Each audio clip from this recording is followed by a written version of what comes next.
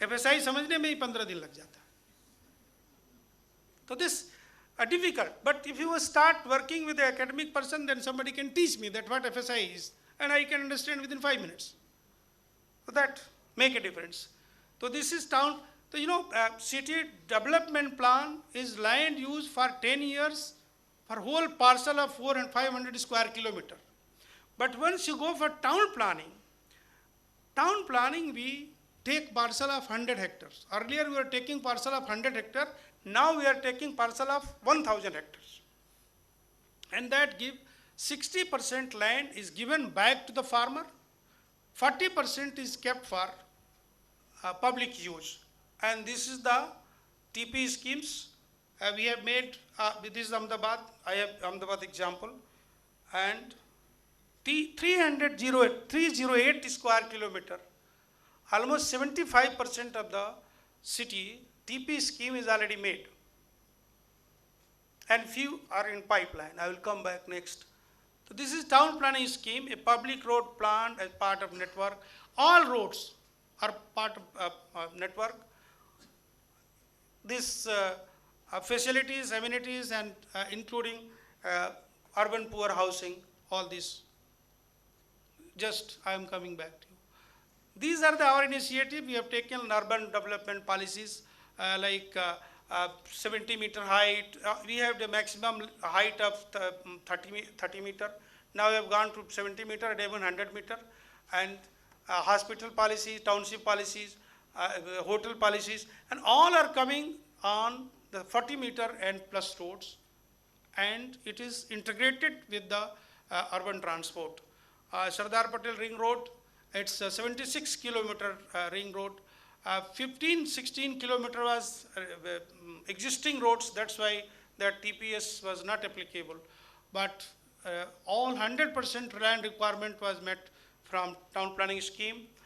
Another Surat, I told you that this BRT, Rajkot BRT, we have already given them extra FSI, and Ahmedabad and Baroda, Surat, wherever it is coming, we have already agreed in principle as and when it is coming. These are the details. I don't think that is the require. This is the key learning from the Sardar Patel Ring Road. I am told that I have to finish faster. This is Surat Ring Road. This 29 kilometer we have sanctioned, and both the side 500 meters we have given extra FIR, and it will bring more than 10,000 crores in coming 5-6 years, and also more high-rise buildings and other specialties. In town planning, just I wanted to summarize, this draft TP scheme we have sanctioned 585, and total it's 1126.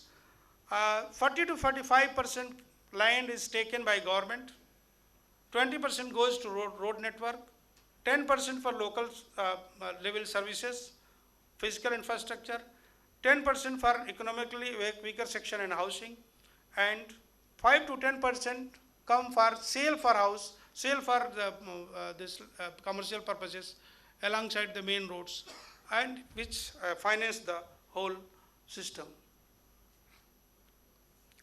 You have seen BRT Ahmedabad. These are the routes, and these are the land use planning there, and we are going to give more FAR. We have already agreed, the government has already agreed, and we are giving more height, 70 meter or so. This is the impact of JNU. It was earlier. This is before and after. This BRT network where the land use is changing slowly. This is the photograph from satellite.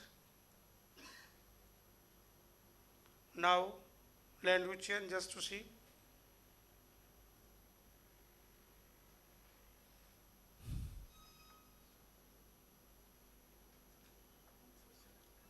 This is the impact of Janmarg.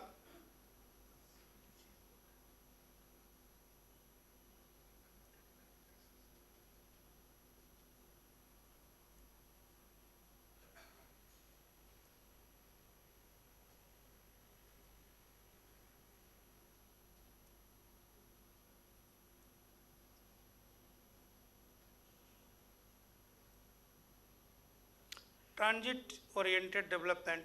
Now this is our next, whatever development is coming, we are trying that it should be led by transport.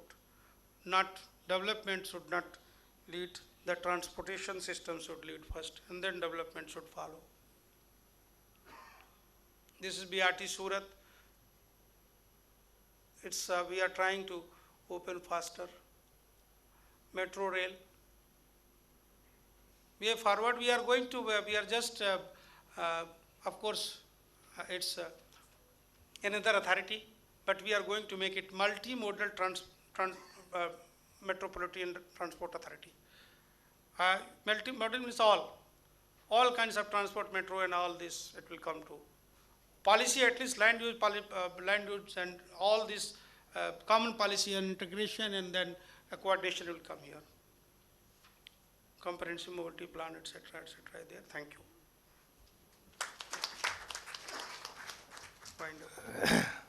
Thank you, Mr. Gautam. Thank you. Thank you very much for that very comprehensive thing. I picked up two very important points which he made. One is that all of us need to go back for refresher academic courses to keep up to date.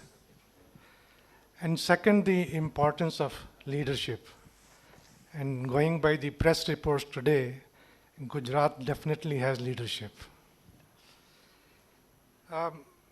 Now the session is open for discussion, and please address your question to one of the four persons here, and please be brief, because I think we should close at 4, or we can take another 15 minutes. So we'll close at 4:15, so please be brief with your question. That lady comes first. My question is to Dr. Swami.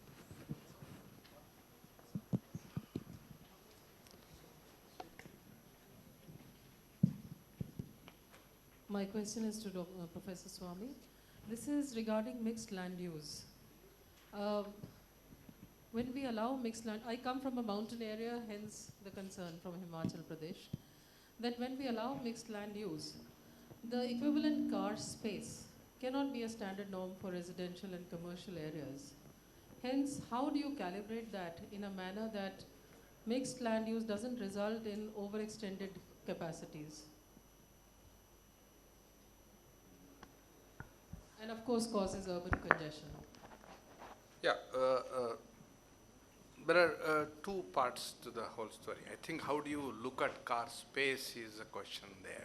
Mobility and the people's movement and accessibility, if you look at it, then... And also how we look at mixed land use, yes, so that it doesn't play havoc rather than... No, it doesn't actually. It's traditionally all our Indian cities had mixed land use. All the bazaars were there, Upar Makan, Niche Dukan was our very normal practice there, and then only the British influence took away from there. Now we started segregating them because we thought that the land uses are not compatible. If you look at it that way, the Indian way, even you go to US on a noisy road, if you have residences there and the people who will buy there, it is the Indians basically. As a culture, we like things to be very loud, and busy roads is where the land values are higher. That's where we would like to be.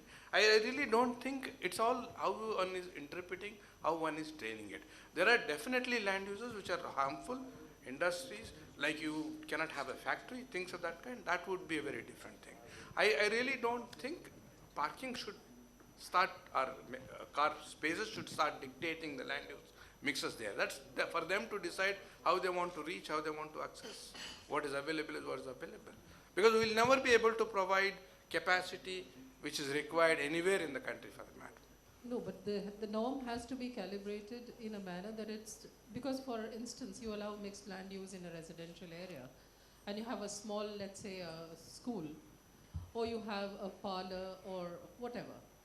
The number of car users or vehicle users will be much more than a residents would have in the same area. Madam, the point I'm saying is... Congestion is a very major issue. Madam, world over, now the movement is towards reducing car parking spaces. People take away spaces reserved for cars there. You have to find ways to access those places. You have to provide those alternative spaces. Because, planner, it is not the responsibility of the planner to provide parking for cars. I think we have to say, cars, it's your problem, you look at it. We have a way of providing you, taking you there, use that access, 1, 2, 3, 4. Our alternatives will always be there. Very frankly, I do not think in this country, given the densities what we have, we will ever be able to provide half the requirement of the car space requirements, parking. Not even full, and even not even half, not even a quarter at the rate at which we are going. Indian cities are those cities which have the lowest per capita space use in the world. In the world, I'm saying. Therefore, what we are using, consuming as individuals is very little. Therefore, our cities are already quite this one, and therefore we can only look at these alternative ways of mobility, walking, bicycles, and buses, and maybe something bigger in bigger cities. Thank you. Thank you. So you, sir. Just a small question. What we had talked about from the morning, there's an increase of FSI and everything. Let me just give you one example. We have already an unrestricted height of a certain width of road. That is, after 15 meter, Calcutta has unrestricted height. But you see, you can go up to 130 meter of building, 140 meter of building is coming up now in Calcutta. Now the problem is that there are certain setbacks that to be provided according to the height. So ultimately, whether the people will reach or not, I think that's the same theory Hyderabad is following. We have the highest FSI so far as this is concerned, because now it's on a wide road. It is 3 for a residential and 2.75 for a 66 meter or 70 meter wide road. 2.75 up to 30 meter plus road for the commercial.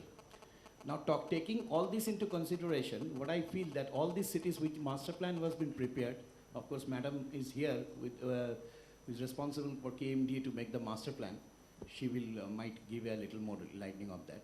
How do you take a 600-year-old city like Howrah, which is a twin city on the other side of the river, and the 300-year city, where there is a lot of restriction of planning on the eastern fringe? We have taken some of the eastern part, but some of the parts are declared as a kidney of the city that cannot be extended.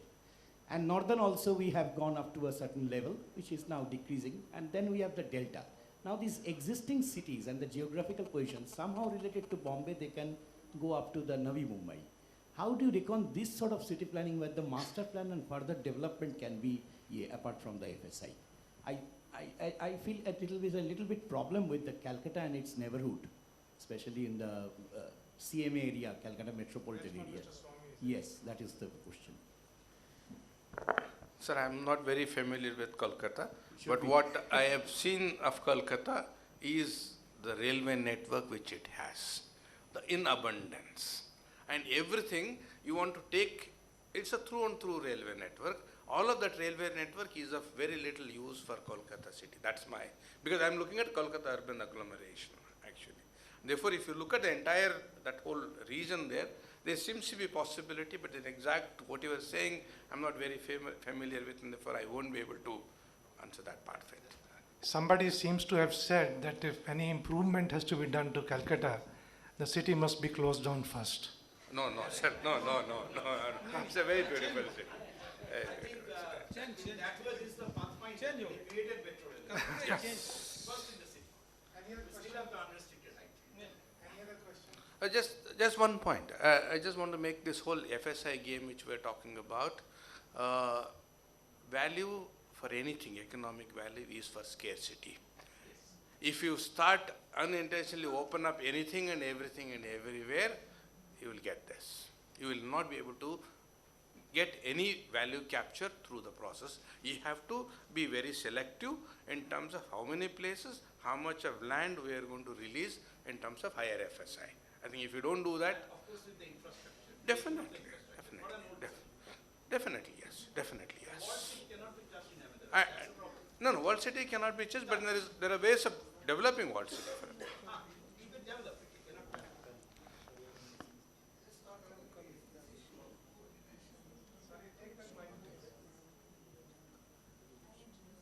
it. I'm N. Bhattacharjee. I'm the team leader for the capacity building for urban development project which ministry is doing with World Bank support. One specific question which comes to my mind, Delhi is adding approximately 10,000 vehicles per day on road. Now, when it comes to looking at public spaces, people who do not have space for parking a bicycle are buying cars. So they are actually encroaching on public places. Yesterday I had two sort of pathways to walk. Today on both sides the cars are parked. So there is a problem even in moving of a ambulance for that matter. The question is, when you look at transportation planning and the issue of the licensing and approvals for number of vehicles that come on road, what kind of fees that is required, and link it with the overall physical planning or land use planning, link it with transportation planning, how does this coordination work? And are there any disincentives to buy own vehicles? And of course, part of the reason is Delhi had a terrible public transport system, and still in the metro stations in Delhi, the accessibility to metro stations are still not really up to the mark. I stay in South Delhi in a place where I have two metro stations on two sides, but both of them need to get into an auto and pay 30 rupees to reach the metro station. So there has to be some linkage with the administration of the urban transport system in terms of fees, licenses and permissions, which is what seems to be a major issue, and Delhi will really run into a catastrophe after 10 years if this rate of vehicle addition on the road happens. In the morning part, we saw in the Mr. Swami's presentation, we saw a comparison of Indian cities vis-a-vis cities in Europe and America in terms of number of cars per population. While US is around more than 900, Europe is around 300 to 400, India except Delhi are all less than 100. But the way we are increasing, I am giving an example of Ahmedabad. Ahmedabad is adding 600 vehicles every day to its roads. There is a limit beyond which you cannot widen any road.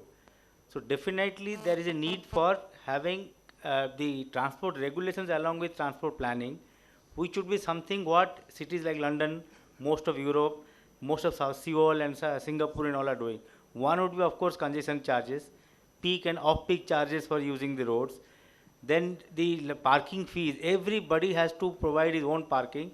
It is not the job of the state government or the municipal government to provide for parking space. Each car takes nearly 25 square meters and while under JNURM, we give a house of 22 square meters. So that is the difference we must realize. That it is the job of the state government to provide for car parking. So these are very tough decisions, but unfortunately, the way we see things happen here, I do not know by when or after which election can we take these tough decisions. In fact, wars will be fought in Delhi over parking. And we are seeing it has already started. People are killed, in facing parking issues. So Thank this you. is a major issue. Thank you. Any other question, please? Yeah, there. I'm Asharam Sehag. I'm Principal Secretary, Urban Development, Himachal Pradesh. I'm 1 day less than 2 weeks old in the job, most of which was consumed in attending to assembly session and all. But we have managed to get a cabinet dispensation to enact a new law in Himachal Pradesh, which will integrate the 3 existing legislations. So we'll be doing that exercise, and we look forward to, help from the experts and, interested stakeholders. That's one. Secondly, I want to react to Mr. Swami's amusement or consternation that Shimla wanted to have a metro system. I think there is a law in economics which says that, supply creates its own demand. So this is because a metro system is all that is on offer, so we also would want it. If there was something else available, then we would have that also. And that brings to a more serious point that much of the experience sharing here has been about Delhi, Bombay, Bangalore, Ahmedabad, Calcutta. I haven't, benefited much from the kind of niche that we occupy That is, what do we do? Because the two key elements of urban and regional planning are topography and population density. We are different in both those respects. So how do we bring in those two special considerations for the fragile ecological space in which we exist, and how do we therefore, do our planning there? And probably there's a need for a special community of practice for the Himalayan states for urban and regional planning, which maybe the Government of India can facilitate. Thank you.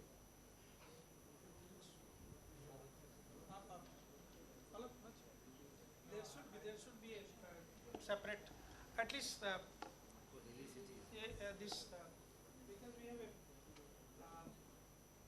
long area from J&K to northeast, and not many other hilly stations.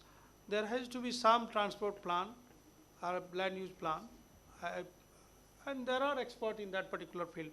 So in that, when we are planning this urban transport in December, there should be some session in that. I think that some session should be there. The Institute of Urban Transport, which is it's under the purview of the Ministry of Urban Development, Government of India, we have taken this up as hill cities have their own problems and need to be dealt with in that way. And some time back, we had a sort of workshop in Sikkim, Gangtok, where people came from Shimla also and some other hill cities. And we want to take it forward to deal with the specific issues of hill cities. And as you said, in the coming December conference, Urban Mobility India, I think there will be a session on hill cities. In addition to that, we also want to take up water transport. Of course, not in the hill cities, but that also becomes relevant to some cities.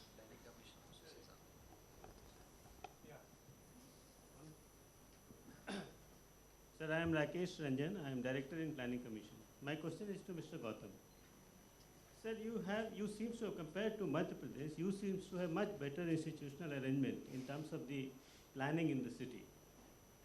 Still, I am not very clear, how do you delineate the role between the municipal corporation and that of the order? Ahmedabad Development Authority. I mean, what is their respective role? And the second part of the question is, where do you bring in the elected representative? I mean, if somebody says that the plan that you have made is made by the elected representative, would you say this? Or is it a plan made by, it is a plan which bypasses the elected representative? It doesn't bypass at all. So that is what I want to know, that how have you managed this? You Because know, this has been a problem many places. In general, urban development authorities are constituted under Gujarat old Bombay Town Planning Act. Town Planning Act 1976. Municipal corporations are functioning under Bombay Municipal Corporation Act 1949. And Urban Development Authority role is to prepare a development plan under consultation with the municipal corporation. So a development plan prepared by them with the help of experts, and then send it to corporation, to the elected representative. It will be placed before board. They will discuss this and they can send back to the Urban Development Authority for approval. Once they approve, it comes to government. Otherwise, in Development Authority, municipal commissioner, a mayor, standing committee chairman, and 1 to more people from municipal corporation, or the half of the people represent in Urban Development Authority itself. Collector and Revenue Department and few more department. And state chief town planner is also one of the member. And they send it to government. And all the steps, it's notified for the public objections and suggestions. Suppose it's a municipal commissioner will call for suggestions and objections. He will hear all the suggestions and objections, place before its board, forward it to Urban Development Authority, and then Urban Development Authority will forward to government for approval. Once it will come to us as a secretary, we will also give a notice to people and advertise. They will give suggestions for 60 days, And after 60 days, there will be hearing of another 30, 40 days after designating officers. And then it is finalized by the government. So this totally under democratic domain. It's not done by one or two officers. But like Ahmedabad Development Authority, Ahmedabad Municipal Commissioner has appointed 5, 6 people of expert, and he has asked to prepare. But it is prepared jointly, and they have a role. It's not like that government make a plan. In the municipality, urban development authorities, the chief town planner is asked to assist them.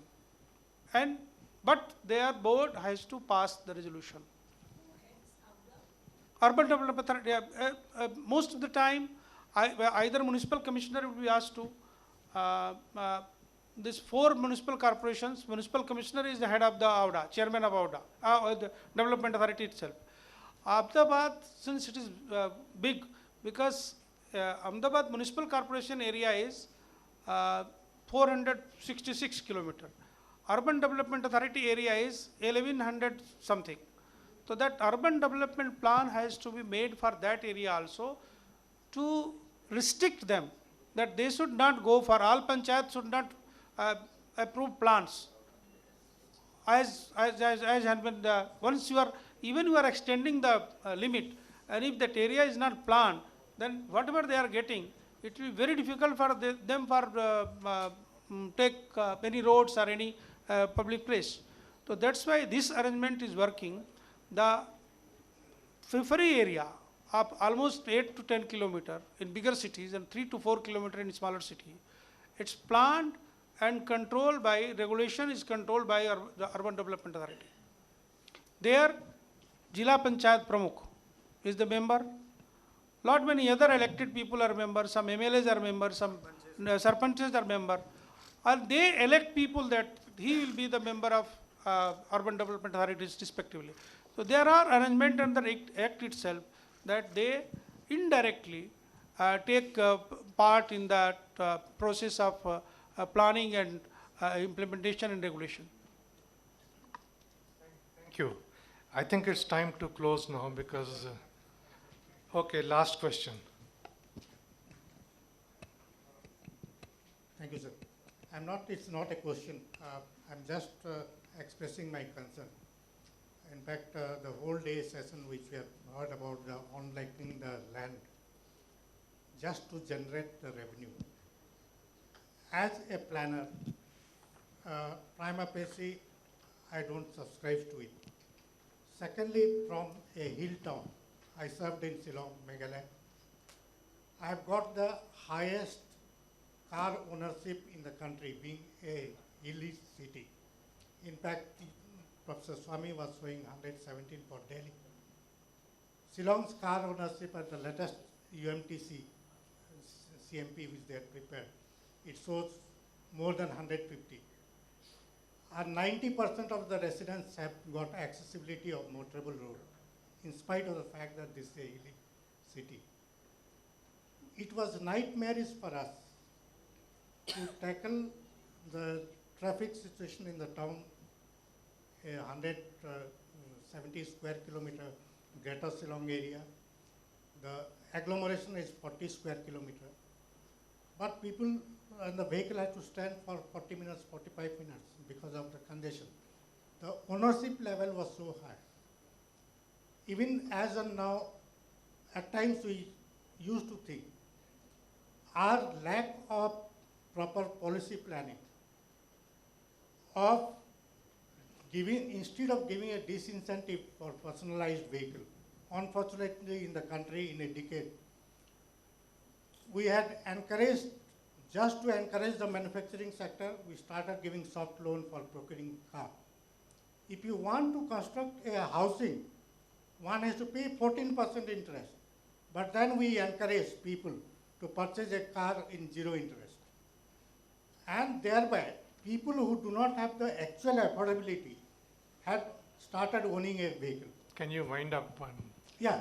So what I'm saying is that with the fragile environment which we are having in the hill cities, just for trading the FSI will be a suicidal thing.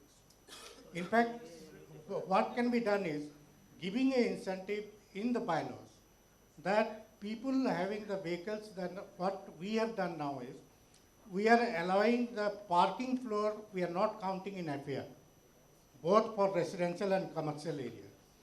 That has facilitated people in providing the parking spaces within their own premises. Second, what we have done is that for commercially, those who wanted to create parking facilities for taking up as a commercial venture, we are also giving them 10% incentive so that private people also can use their premises for parking of vehicle on pay and use basis. Thank you. Thank you very much, and I think It's a very good suggestion, and that your concern is genuine. But the bigger cities, in city like Ahmedabad and bigger cities, people have given affidavits that ground 1, ground 2, ground 3, cellar or basement shall be used for parking. But there are thousands of cases that's used for some barat or some reception or some all commercial purposes, no parking. And ultimately they are parking, even the guests, those who are coming in that particular proposed parking area, they are using their cars on the roads. And in certain cities in our state, we are taking parking deposit. We take affidavit that this particular area will be used for parking, and affidavit, and then I think that parking deposit in crores. You have to pay this 2 crores, this per square meter basis. And if you are not using for parking, then it will be forfeited. So, you know, in this country, there are many variations. What Professor Swami is talking, their friend is talking, or I was saying, it's a given scenario, because we have more space available, and we want that it should be compact and connected with the transport system, so that trip length should be less. In your cases, you do not have much. Naturally, nature has given you this gift that you should not go beyond of this hill or this river. You know, so we do not have, like Bombay, my friend Gupta. Yeah, yes, but right. So that's why we have to deal both the system simultaneously with different kind of parameters. Whatever you have said, but at least we agree 100%. But this will be used only where this kind of constraints are there. But this parking, FAR, we are also in city, we are not counting an FAR, bigger multi-story building. But sometime, and most of the time, it's okay. Thank you.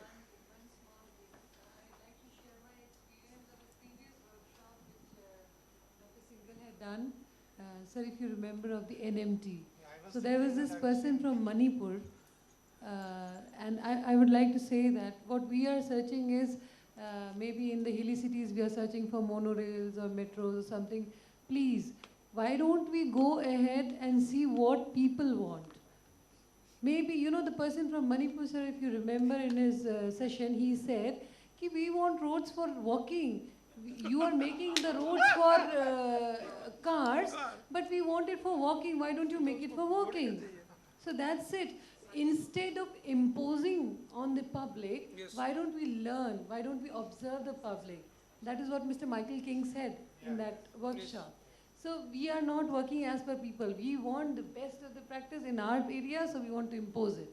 So I think in hilly areas, I don't know, I'm too junior to say that, but maybe if we go ahead for a public opinion, we will come out with better alternatives. Thank you. I think you're right. Most of the time we assume what public wants. You wanted to say something? Just one small point I want to add. I think Mr. Gautam as well as Dr. Mohapatra come to SEPT to teach, to evaluate our students' work. This interaction has been going on for the past 10 to 15 years. I would also like to state that on the day JNNM was announced, 3 CDPs were there with the ministry: Ahmedabad, Surat, which were done as part of the projects. A third one was a Rajkot. One of our students has done a CDP, which was submitted as a CDP for the ministry, and all the three are rated as good CDP. The point I'm making here is this relation between government agencies and institutions seems to work well. We have an example. If there is some way that it can be replicated with local institutions there, it may be beneficial, and if there is any way that we can do something there, we will be very happy. We can't be there everywhere, but with little help, if something is possible from our side, I would like to offer that service. Thank you. Thank you.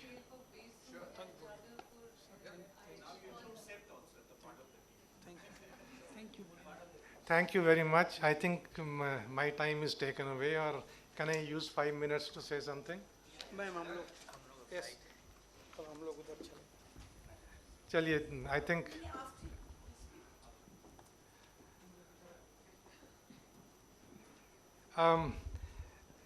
just to say a few words, I think Mr. Swami has made a very strong case for compact cities, while Mr. Parihar brought out the importance of corridor planning and also advanced planning for rail-based systems and all that. And Mr. Gautam has brought out the way planning should be done. I would just want to go back to the basic question, integrated land use transport planning and how to get it. There are some inherent difficulties in doing it. That's why it is not happening much around the world. But the first thing is that integrated land use transport planning has to come before you prepare a master plan or a comprehensive mobility plan. Because what is done is that you take 5 or 6 urban growth scenarios, you take 5 or 6 transport scenarios, make permutations and combinations and choose the best which minimizes transport demand. So that has to come first. Now it is not easy, it doesn't happen, and because I have found in my experience that when we did, for example, we tried to plan for the Delhi Metro. The problem was that DDA could not give us a future growth plan. And unless you have a future growth plan with whatever limitations Professor Sami mentioned, unless you have a future growth plan, you cannot plan for the future. Nevertheless, I think it is important to get integrated land transport planning. And in that connection, I would say 3 things. 3 steps are needed. The first is that the institutional framework has to be there. Today, as somebody pointed out, one agency does urban planning, land use planning, the other agency does transport planning, and they don't come together, and environment people have their own say. So the institutional framework has to be there. And as it happens for the 12th five-year plan, a recommendation has been made to have a urban transport wing or cell under a full-time secretary at the state government level. Now, if that happens, it should, under the Urban Development Ministry, but it should be able to bring it together. The second thing is lack of skills and the need for capacity building. Unless we teach our planners how to do this thing, integrated land use transport planning, it will just never happen. And today, that kind of skill doesn't exist. I remember way back in 90s, we did a integrated land use transport plan for Chennai. And it was at the instance of the World Bank, and they sent in an expert also. In spite of that, we developed some 10, 15, 20 different scenarios, but there's not much difference in the outcome of those scenarios. So really speaking, there's not much to choose. The last thing is the legislative support. We have reviewed these Town and Country Planning Acts, we have reviewed the Municipality Acts, we have reviewed the Development Authority Acts. All these acts require land use planning. They mention, some of them do mention transport, but none of them requires integrated land use transport planning. So there is a very strong legislative lacuna in achieving this. I think we have to continue to achieve this because of the huge benefits, because transport demand cannot be allowed to continue uncontrolled. We are now talking of transport demand management, and this integrated land use transport planning is a way in that direction. Thank you very much.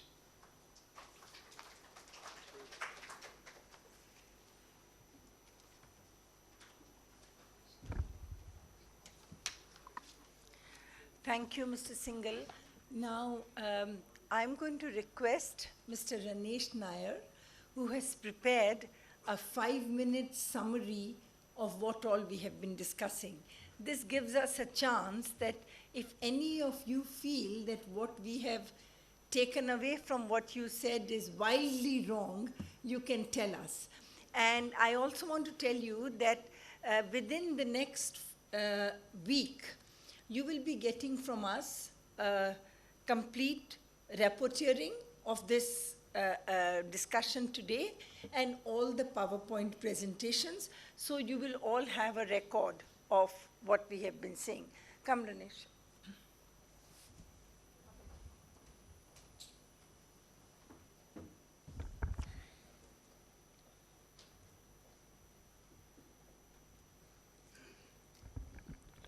Thank you, ma'am. What I'll try and do very quickly over the next 5-7 minutes or so is to try and encapsulate the gist of the discussions that we've had during the day, and hopefully it's not very widely off. What we really want to do is to flash back to you the proceedings of the day. Obviously there must be stuff that have been missed out. We can strengthen further some of the stuff that's not there.